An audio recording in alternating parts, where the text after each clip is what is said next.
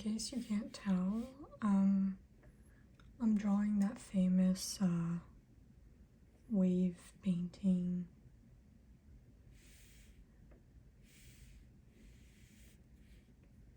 I've never drawn it before, so I'm not taking it very seriously. I'm just sort of having fun.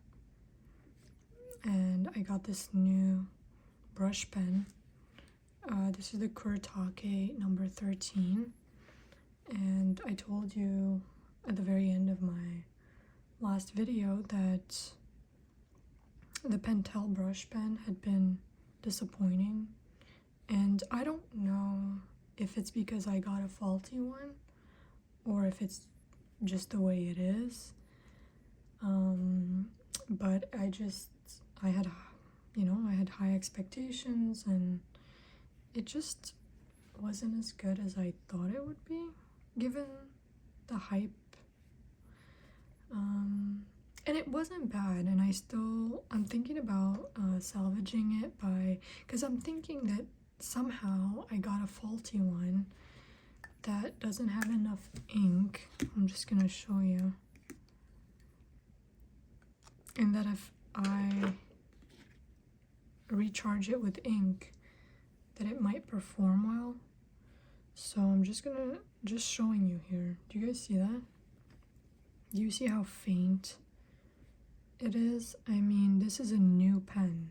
Like, I have not used this very much at all, and this is how it performs. So I don't know what's wrong with it. I haven't dismantled it because it's pretty messy, and I don't have bottled ink yet. I'm thinking of buying some. This Kuretake one, I just got it, and it's really, really good. I'm very pleased with it.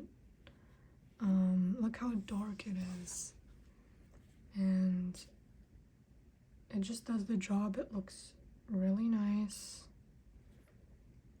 And so if you're looking for a brush pen,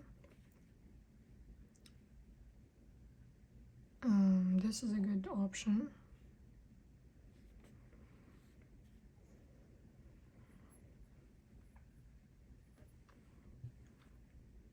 So I was telling myself earlier that, I've basically, when you're drawing and you get frustrated because you're just tired and you feel like you're not getting any better, and it just feels like success is very far away.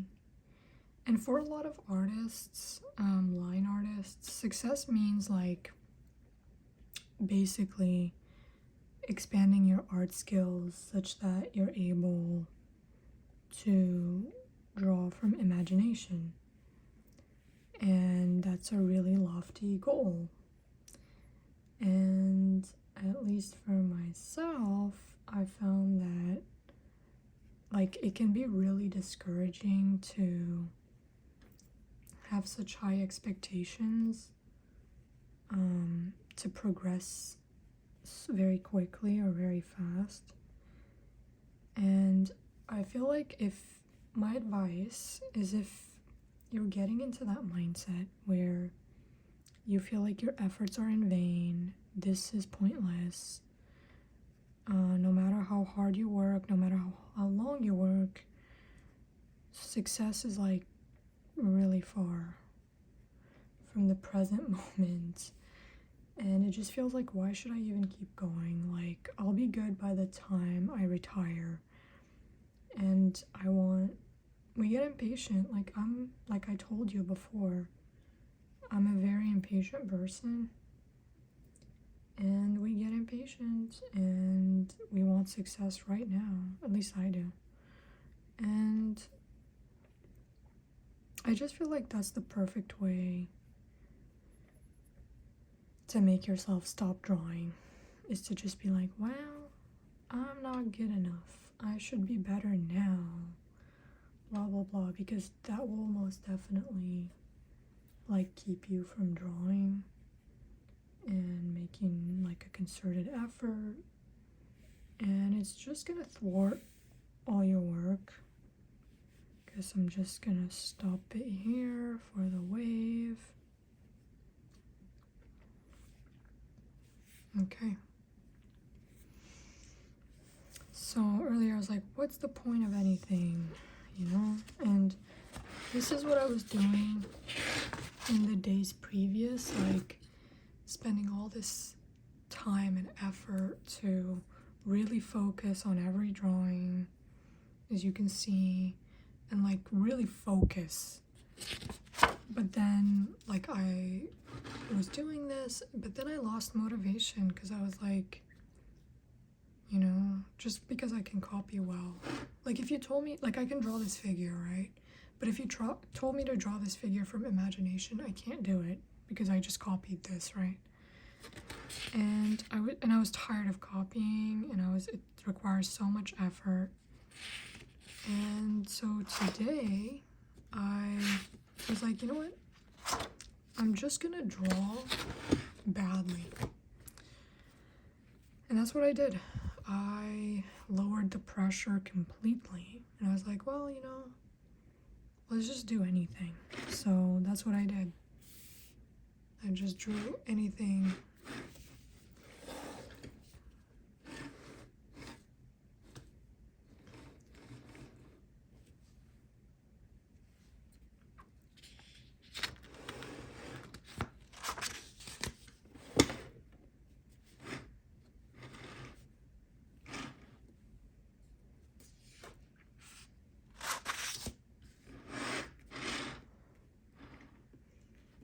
Okay, so let's move on. So that's what we're gonna do now. We're just gonna draw. I'm not gonna focus too much on, you know, how good it is or if it's good. I'm just gonna draw freely, loosely. It could turn out good. It could turn out bad. It doesn't really matter. What matters is that we're continuing to draw and we're having fun, and we are not letting negative, perfectionistic, impatient thoughts get in the way of drawing. And we're just gonna have some fun and draw a little bit, and the rest is up to God, honestly. But like, you know what they say, do what you love and let the purpose of it unfold. You know, we don't really get to choose how things are gonna unfold, but we do get to choose what we do, our day-to-day actions. Ultimately, like, all you can bank on is just the things you do every day. If you do something every single day for a long time, there's no way it's not gonna somehow pay off. But the thing is, like, it's probably not gonna happen on your own timeline, probably not gonna happen exactly how you want it. But our job is just to keep going.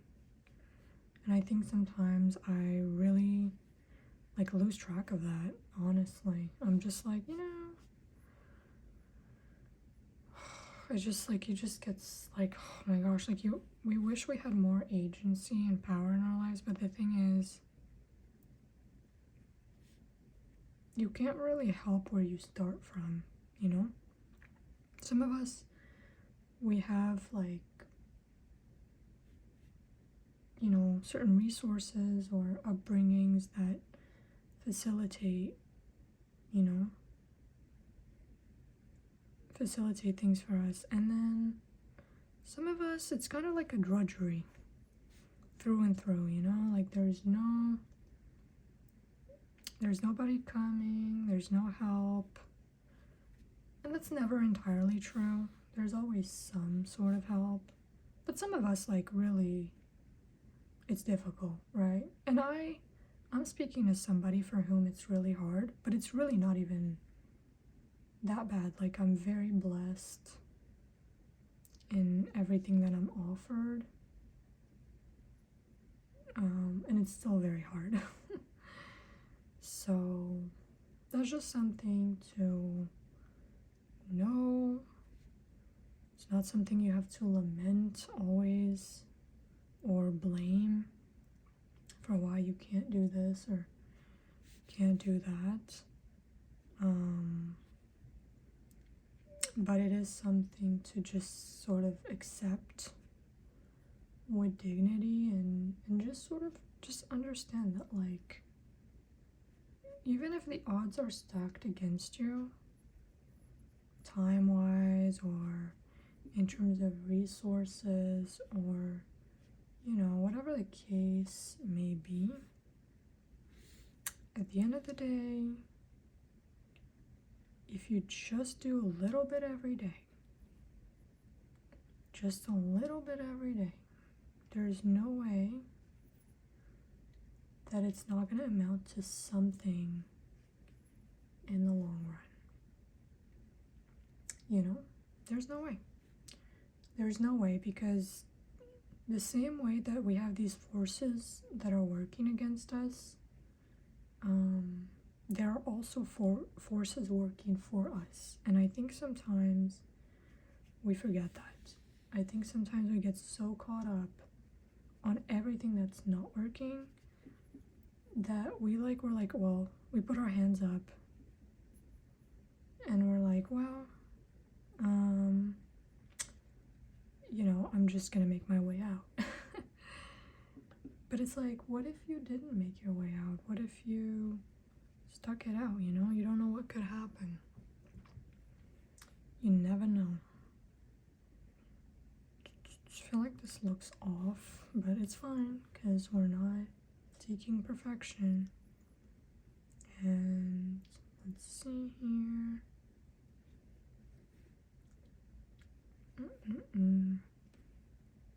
In the reference photo, he has this like hand that's extremely foreshortened. I don't know if I want to attempt it. Maybe. He also has these like feathers coming out here. I don't think I've ever drawn a feather, but they look really cool. I'm seeing this here, they look really cool. I won't be able to draw the full thing. There you go. He has like another one going on here. What's really cool about, I'm gonna attempt the hand. What's really cool about drawing with brush pens is that it's kind of like painting while drawing. And so I feel like if I ever painted, I feel like the brush pen work, well, I could like transfer my skills to painting, because they're pretty much like brush strokes, you know? And I watched a lot of watercolor videos, and it's all about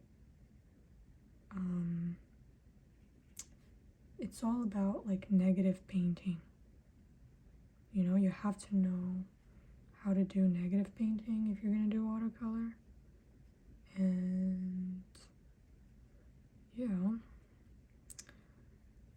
that index finger is very small, but we can fix it. There you go. That's the thing, is like Glenn Villepeu taught me that you have to have no qualms about fixing something. If you see that it's wrong, even if you've already put a stroke down, you can put a new one down. It's really impressive how these artists are able to draw foreshortening. Like, this is really impressive. My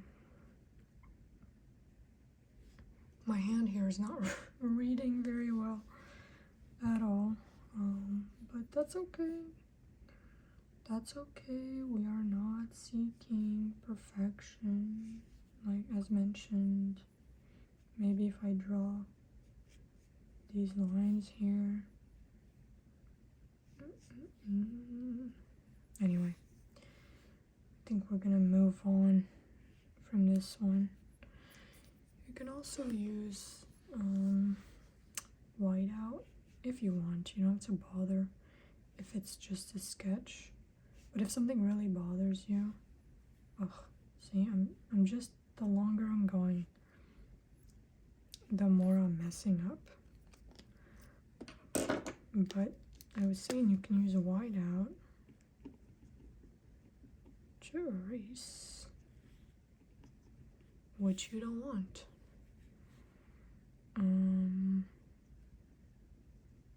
But you also have to like know when to let go, like stop working a sketch, because then you just get overly critical and overly involved, and this is practice. It's not, we're not doing a finished work of art. Okay, let's move on. So, oh, this is a complicated one. Oh, the whiteout is so strong. The next one is complicated. I don't know if I have the energy for it. Oh, let's do this one. A crocodile mouth. This is kind of fun. I haven't drawn. I had a phase like a few weeks ago where I was drawing only animals. I was tired of drawing humans. And now I'm back to drawing humans. But I think I want to draw more animals now, and I really want to learn how to draw a tiger, because I have like this piece in mind that involves a tiger, and it would be really nice to know how to draw a tiger. I've drawn like tigers before, but not really in depth, honestly. You know what helps when you draw something you've never drawn before, like I'm doing now? It's to not use a brush pen necessarily. Sometimes you can be less inhibited if you use colored pencils, because they help you, because you can control your values when you use colored pencils, whereas if you use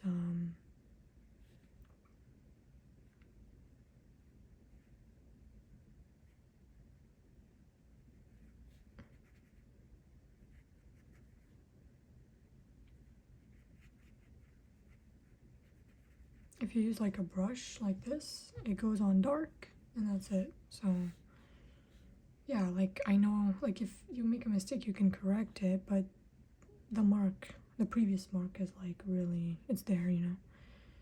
So that's just something to keep in mind. I can show you in a second like what I mean, and I'm just rambling right now.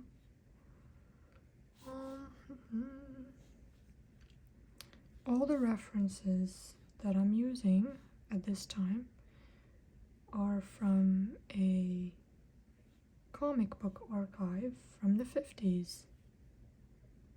Comic books from the 50s. They have all these, and I took all these screenshots, I went through them. Creates this cool like reference library to practice from. And yeah, like if you have a brush pen, it's a great way to put it to use, because you know they used to use ink to ink comics and so on, so it lends itself, those reference images, they lend themselves well to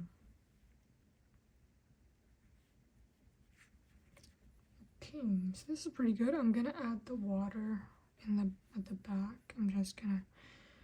The other thing I'm learning to do with the brush pens is to control the thickness of the mark. See here, I wanted them to be very thin lines, kind of like this, like as thin as possible, and instead they went on really thick because I lack practice. And the thing is, like, the size of your pen matters. Like, you don't use the same pen to ink every part of your drawing usually. So that's also part of it, where it's like not completely my fault, but also you have to learn how to, control your brush pen, so it's kind of my fault, and it's also kind of not my fault. Okay, let's see if we can create these swirls to imply water. Just trying to do that here. Trying to do that. Boom, boom, boom. So yeah, it's great practice to use these reference images. Some bubbles.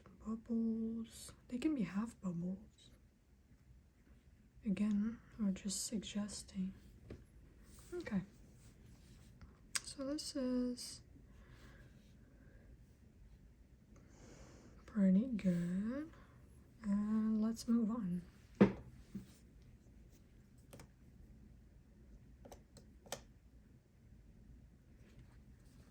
I'm getting a little tired,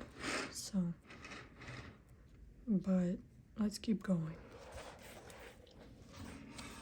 I feel like I have to blow on it because it's not dry yet.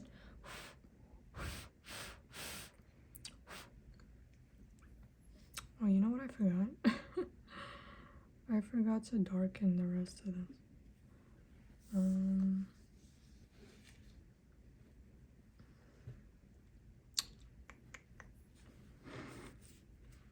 Just waiting for it to dry a little bit.